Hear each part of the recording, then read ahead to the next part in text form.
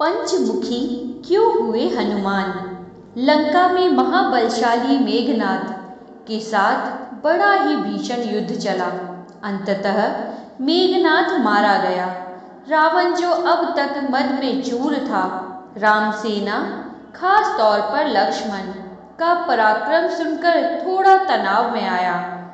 रावण को कुछ दुखी देखकर रावण की मां कैकसी ने उसके पाताल में बसे दो भाइयों अहिरावण और महिरावण की याद दिलाई। रावण को याद आया कि यह दोनों तो उसके बचपन के मित्र रहे हैं। लंका का राजा बनने के बाद उनकी सुध ही नहीं रही थी। रावण यह भली प्रकार जानता था कि अहिरावण व महिरावण तंत्र मंत्र के महाज्ञाता हैं, जादू टोने के धनी और मां कामाक्षी के परम भक्त हैं।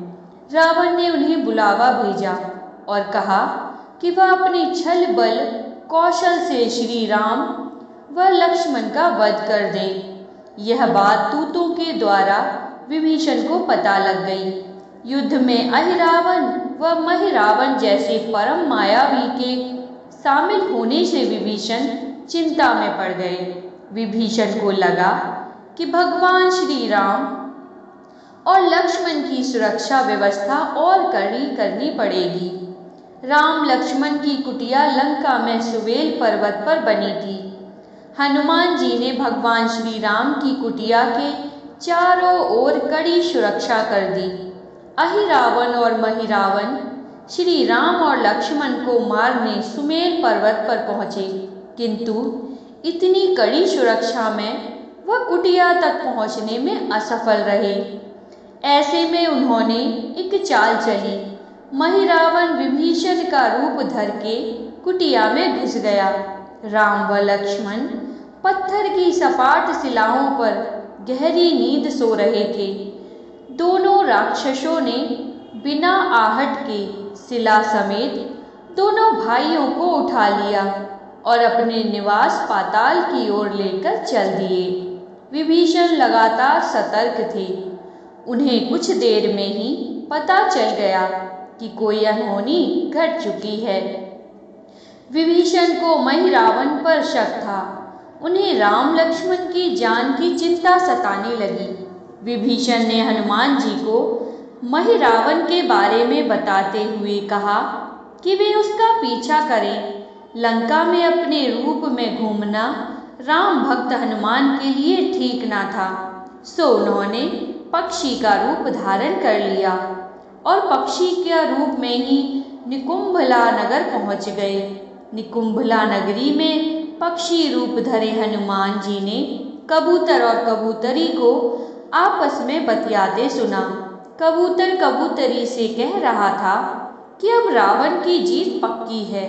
अहिरावण व महिरावण लक्ष्मण को बलि चढ़ा देंगे, बस सारा युद्ध समाप्त। कबूतर की बातों से ही बजरंग बली को पता चला कि दोनों राक्षस राम लक्ष्मण को सोते में ही उठाकर कामाक्षी देवी को बलि चढ़ाने पाताल लोक ले गए हैं। हनुमान जी वायु वेग से रसातल की ओर बढ़े और तुरंत वहां पहुंचे। हनुमान जी को रसातल के प्रवेश द्वार पर एक अद्भुत पहरेदार मिला। इसका आधा शरीर वानर का और आधा मछली का था। उसने हनुमान जी को पाताल में प्रवेश से रोक दिया। द्वारपाल हनुमान जी से बोला कि मुझको परास्त किए बिना तुम्हारा भीतर जाना असंभव है। दोनों में लड़ाई ठन गई। हनुमान जी की आशा के विपरीत यह बड़ा ही बलशाली और कुशल योद्धा निकला। दोनों ही बड़े बलशाली थे। दोनों में बहुत भयंकर युद्ध हुआ, परंतु वह बजरंग बली के आगे न टिक सका। आखिरकार हनुमान जी ने उसे हरा तो दिया, पर उस द्वारपाल की प्रशंसा करने से नहीं रह सके। हनुमान जी ने उस वीर से पूछा कि हे वीर, तुम अपना परिचय दो। तुम्हारा स्वरूप भी कुछ ऐसा है कि उससे कौतूहल हो रहा है। उस वीर ने उत्तर दिया, मैं हनुमान का पुत्र हूँ और एक मछली से पैदा हुआ हूँ। मेरा नाम है मकरध्वज। हनुमान जी ने यह सुना तो आश्चर्य में पड़ गए।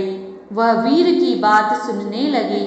मकरध्वज ने कहा, लंका दहन के बाद हनुमान जी समुद्र में अपनी अग्नि शांत करने पहुँचे। उनके शरीर से पसीने के रूप में तेज गिरा।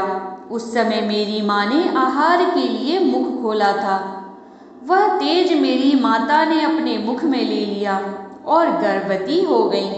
उसी से मेरा जन्म हुआ है। हनुमान जी ने जब यह सुना तो मकरध्वज को बताया कि वह ही हनुमान है।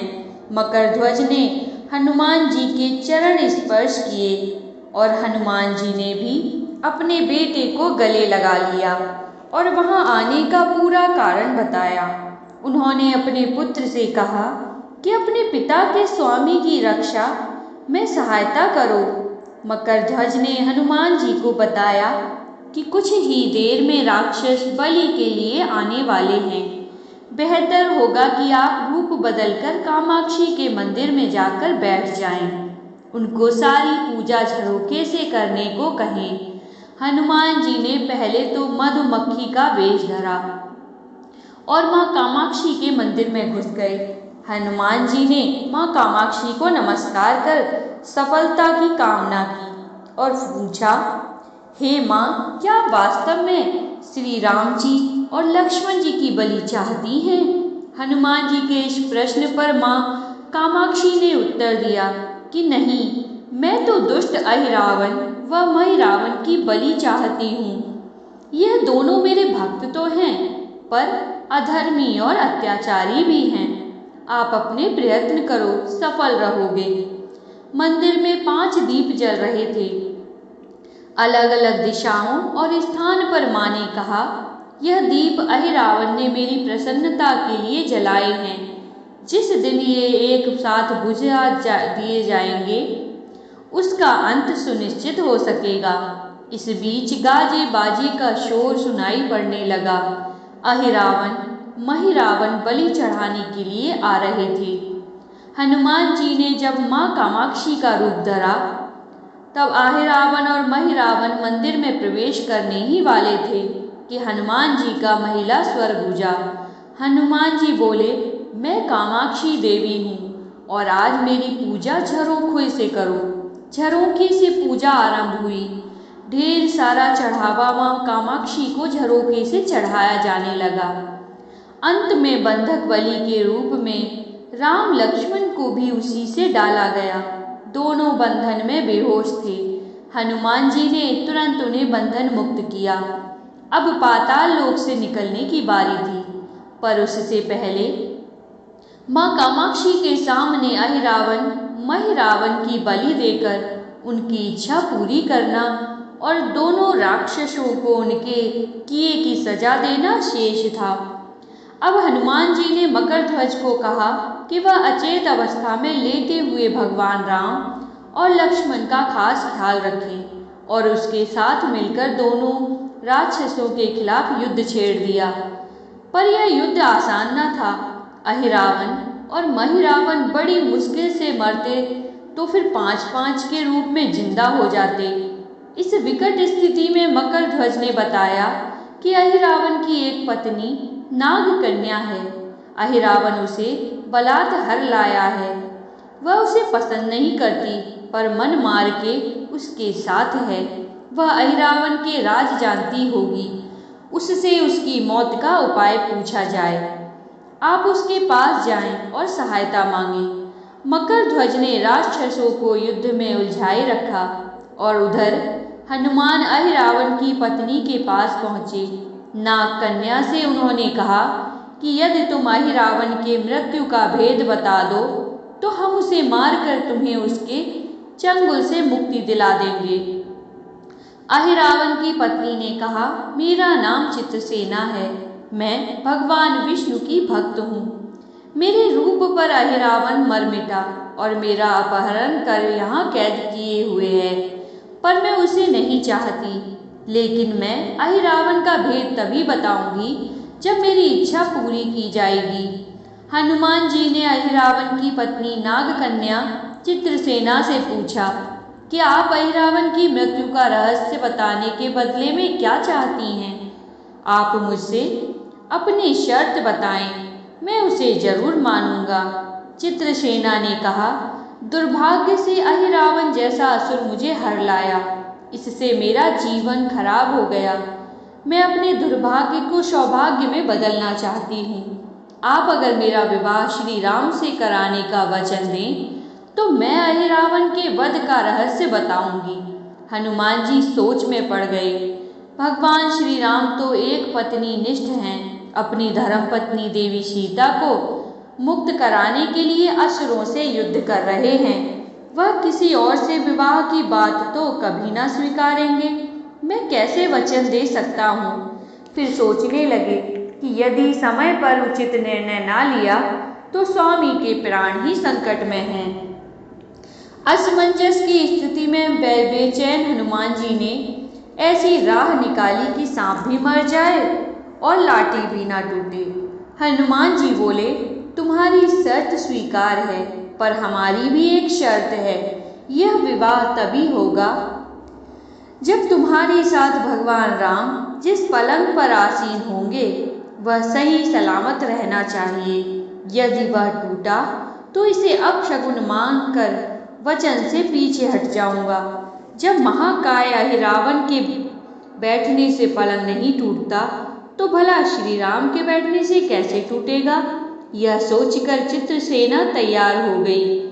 उसने अहिरावण समेत सभी राक्षसों के अंत का सारा भेद बता दिया। चित्रसेना ने कहा, दोनों राक्षसों के बचपन की बात है। इन दोनों के कुछ शरारती राक्षस मित्रों ने कहीं से एक भ्रामरी को पकड़ लिया। मनोरंजन के लिए वे उसे भ्रामरी को बार बार कांटों से छेड़ रहे थे। भ्रामरी साधारण भ्रामरी ना थी, वह भी बहुत मायावी थी, किंतु किसी कारणवश वह पकड़ में आ गई थी। भ्रामरी की पीड़ा सुनकर अहिरावण और महिरावण को दया आ गई और अपने मित्रों से लड़कर उसे छुड़ा दिया। मायावी भ्रामरी का पति भी अपनी पत्नी की पीड़ा सुनकर आया था। अपनी पत्नी की मुक्ति से प्रसन्न होकर उस भौरे ने वचन दिया था कि तुम्हारे उपकार का बदला हम सभी भ्रमर जाति मिलकर चुकाएंगे। ये भौरे अधिकतर उसके शयन कक्ष के पास रहते हैं। ये सब बड़ी भारी संख्या में हैं। दोनों राक्षसों को जब भी मारने का प्रयास हुआ है और ये मरने को हो जाते हैं तब भ्रमर उनके मुख में एक बूंद अमृत का डाल देते हैं।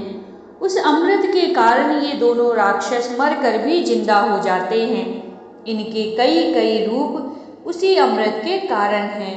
इन्हें जितनी बार फिर से जीवन दिया गया उनके उतने नए रूप बन गए हैं। इसलिए आपको पहले इन भंवरों को मारना होगा। हनुमान जी रहस्य जानकर लौटे। मकरध्वज ने अहिरावण को युद्ध में उलझा कर रखा था, तो हनुमान जी ने भंवरों का खात्मा शुरू किया। वे आखिर हनुमान जी के सामने कहाँ तक टिकते? जब सारे भ्रमर खत्म हो गए और केवल एक बचा तो वह हनुमान जी के चरणों में लौट गया। उसने हनुमान जी से प्राण रक्षा की याचना की। हनुमान जी पसीज गए। उन्होंने उसे क्षमा करते हुए एक काम सौंपा। हनुमान जी बोले, मैं तुम्हें प्राणदान देता हूँ, पर इस शर्त पर कि तुम यहाँ से तुरंत चले जाओगे और अहिरावण की पत्नी के पलंग की पार्टी में घुसकर जल्दी से जल्दी उसे पूरी तरह खोखला बना दोगे। भंवरा तत्काल चित्रसेना के पलंग की पार्टी में घुसने के लिए प्रस्थान कर गया। इधर अहिरावण और महिरावण को अपने चमत्कार के लुप्त होने से बहुत अचरज हुआ, पर उन्होंने मायावी युद्ध जारी रखा। भ्रमरों को हनुमान जी ने समाप्त कर दिया। फिर भी हनुमान जी और मकरध्वज के हाथों अहिरावण और महिरावण का अंत नहीं हो पा रहा था। यह देखकर हनुमान जी कुछ चिंतित हुए। फिर उन्होंने कामाक्षी देवी का वचन याद आया। देवी ने बताया था कि अहिरावण एक सिद्ध है। जब पांचों दीपकों एक साथ बुझेंगे तभी वे नए नए रूप धारण करने में असमर्थ होंगे और उनका वध हो सकेगा। हनुमान जी ने तत्काल पंचमुखी रूप धारण कर लिया। उत्तर दिशा में वराह मुख, दक्षिण दिशा में नरसिंह मुख, पश्चिम में गरुड़ मुख, आकाश की ओर हयग्रीव मुख एवं पूर्व दिशा में हनुमान मुख। उसके बाद हनुमान जी ने अपने पांचों मुख द्वारा एक साथ पांचों दीपक बुझा दिए। अब उनके बार बार पैदा होने और लंबे समय तक जिंदा रहने की सारी आशंकाएं समाप्त हो गई थीं। हनुमान जी और मकरध्वज के हाथों शीघ्र ही दोनों राक्षस मारे गए। इसके बाद उन्होंने श्री राम और लक्ष्मण जी की मूर्छा दूर करने के उपाय किए। दोनों भाई चेत में आ गए। चित्रसेना भी वहां आ गई थी। हनुमान जी ने कहा, प्रभु, अब आप अहिरावण और महिरावण के छल और बंधन से मुक्त हुए, पर इसके लिए हमें इस नाग कन्या की सहायता लेनी पड़ी थी। अहिरावण इसे बलपूर्वक उठा लाया था। वह आपसे विवाह करना चाहती है। कृपया उससे विवाह कर अपने साथ ले चले, इससे उसे भी मुक्ति मिलेगी। श्री राम हनुमान जी की बात सुनकर चकराए। इससे पहले कि वो कुछ कह पाते, हनुमान जी ने ही कह दिया, भगवान, आप तो मुक्तिदाता हैं। अहिरावण को मारने का भेद इसी ने बताया है। इसके बिना हम उसे मारकर आपको बचाने में सफल ना हो पाते। कृपा निधान इसे भी मुक्ति मिलनी चाहिए, परंतु आप चिंता न करें। हम सबका जीवन बचाने वाले के प्रति बस इतना कीजिए कि आप बस इस पलंग पर बैठिए, बाकी का काम मैं संपन्न करवाता हूँ। हनुमान जी इतनी तेजी से सारे कार्य करते जा रहे थे कि इससे श्री राम जी और लक्ष्मण जी दोनों चिंता में पड़ गए। वह कोई कदम उठाते कि तब तक हनुमान जी ने भगवान राम की बाह पकड़ ली। हनुमान जी ने भावावेश में प्रभु श्री राम की बाह पकड़कर चित्रसेना के साथ उस सजे धजे विशाल पलंग पर बिठा दिया। श्री राम कुछ समझ पाते कि तभी पलंग की खोखली पाटी चरमराकर टूट गई। पलंग धराशायी हो गया। चित्रसेना भी जमीन पर आ गिरी। हनुमान जी हंस पड़े और फिर चित्रसेना से बोले, अब तुम्हारी शर्त तो पूरी हुई ही नहीं, इसलिए यह विवाह नहीं हो सकता। तुम मुक्त हो और अब तुम्हें तुम्हारे लोक भेजने का प्रबंध करते हैं। चित्रसेना समझ गई कि उसके साथ छल हुआ है। उसने कहा कि उसके साथ छल हुआ है। मर्यादा पुरुषोत्तम के सेवक उनके सामने किसी के साथ छल करें, यह तो बहुत अनुचित है। मैं हनुमान को श्राप दूंगी। चित्रसेना हनुमान जी को श्राप देने ही जा रही थी कि श्री राम का सम्मोहन भंग हुआ। वह इस पूरे नाटक को समझ गए। उन्होंने चित्रसेना को समझाया, मैंने एक पत्नी धर्म से बंधे होने का संकल्प लिया है, इसलिए हनुमान जी को यह करना पड़ा। उन्हें क्षमा कर दो। क्रुद्ध चित्रसेना तो उनसे विवाह की जिद पकड़े बैठी थी। श्री राम ने कहा, मैं जब द्वापर में श्री कृष्ण अवतार लूंगा तब तुम्हें सत्यभामा के रूप में अपनी पटरानी बनाऊंगा। इससे वह मान गई। हनुमान जी ने चित्रसेना को उसके पिता के पास पहुंचा दिया। चित्रसेना को प्रभु ने अगले जन्म में पत्नी बनाने का वरदान दिया था। भगवान विष्णु की पत्नी बनने की चाह में उसने स्वयं को अग्नि में भस्म कर लिया। श्री राम और लक्ष्मण मकरध्वज और हनुमान जी सहित वापस लंका में सुमेल पर्वत पर लौट आए। जय श्री राम। अगर वीडियो पसंद आई हो तो हमारे चैनल को सब्सक्राइब करें और कामना करते हैं कि आप और आपका परिवार हमेशा खुश रहे। धन्यवाद।